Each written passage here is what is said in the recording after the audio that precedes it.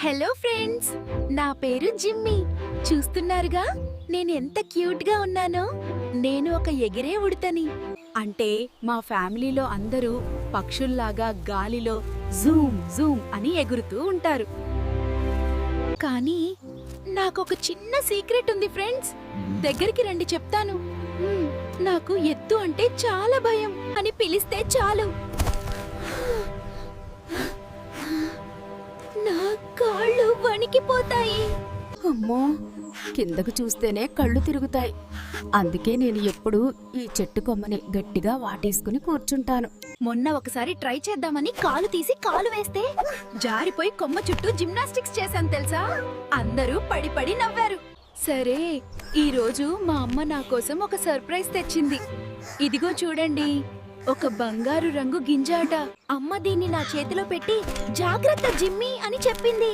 నేను దీనిని చూసి మురిసిపోతుంటే ఎక్కడి నుంచి వచ్చిందో ఒక తుంటరి కాకి నా చేతిలోంచి దీనిని తన్నుకుపోయింది.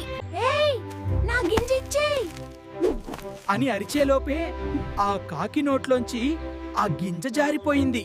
అయ్యో, ఇప్పుడు అమ్మకి తెలిస్తే ఏమంటుందో. అమ్మకి చెప్పకుండా ఎలాగైనా దాన్ని తెచ్చేయాలి. కానీ నాకు ఎగరడం రాదు కదా.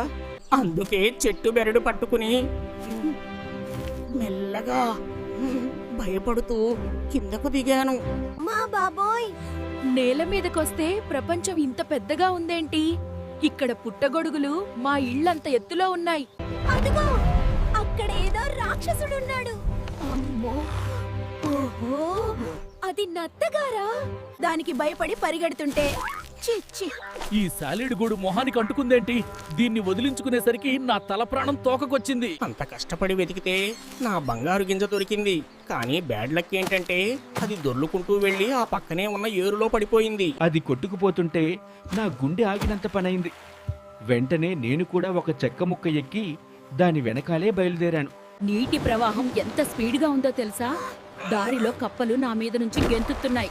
నా బోటేమో అటు ఇటు ఊగిపోతోంది. ఆ గింజ వెళ్ళి వెళ్ళి ఒక పెద్ద జలపాతం అంచున ఉన్న రాయి దగ్గర ఆగింది. అమ్మయ్యా అనుకుని దాన్ని తీసుకుందామని చేయి చాపాను. అప్పుడు వినిపించింది ఆ శబ్దం.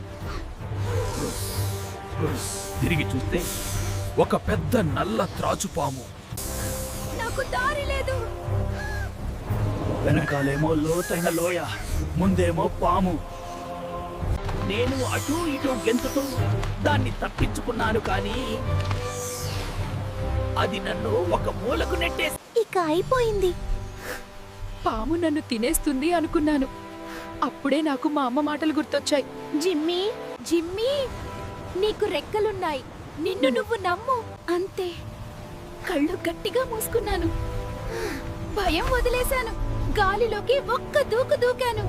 మొదట కింద పడిపోతున్నానేమో అనిపించింది. కానీ సడన్ గా నా కాళ్ల మధ్యలో ఉన్న చర్మం పారాచూట్ లాగా విచ్చుకుంది. ఫ్రెండ్స్, నేను పడిపోవట్లేదు. నేను గాలిలో తేలుతున్నాను. నేను ఎగురుతున్నాను.